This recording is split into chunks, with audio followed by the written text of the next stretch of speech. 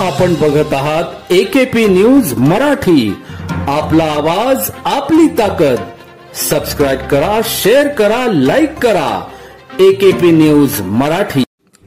विविध तोफांमधून होणारा भडीमार, लक्ष्यभेद करणारे रॉकेट, तोफगोळे आणि रॉकेटच्या माराने धुरात हरवलेला फायरिंग रेंजचा परिसरात लक्ष्यभेदाचे निरीक्षण करणारे वैमानिक रहित विमाने, रडारावर आपले अस्तित्व अधोरेखित होऊ नये म्हणून जमिनीलगत कमी उंचावरून मार्गकरण करणारे हेलिकॉप्टर, तोफखानाचा मारात महत्वाची भूमिका निभावणाऱ्या साठा अर्थात टेहाळणी, लक्ष्य निश्चिती विभागाची उपकरणे अशा भारतीय तोफखाना दलाच्या प्रारंभ क्षमतेचे दर्शन मंगळवार 21 जानेवारी रोजी घडले.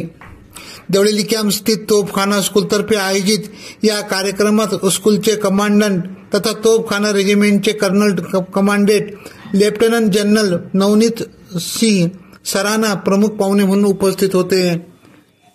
प्रदर्शनात विविध आधुनिक तोफांसह Pinaka, Smerch, rocket launcher, smart drone, light drone, मिशियन आणि प्रगत ड्रोन सादर झाले. 1.5 तास चाललेल्या कार्यक्रमात तोफगोळा आणि रॉकेटच्या भडीमारामुळे फायरिंग रेंजला युद्धभूमीचे स्वरूप प्राप्त झाले होते. यावेळी स्वदेशी बनावटीचे K9 वज्र, धनुष्य, बोफोर्स, हलक्या वजनाच्या तोफा प्रात्यक्षिक सहभागी झाल्या होत्या.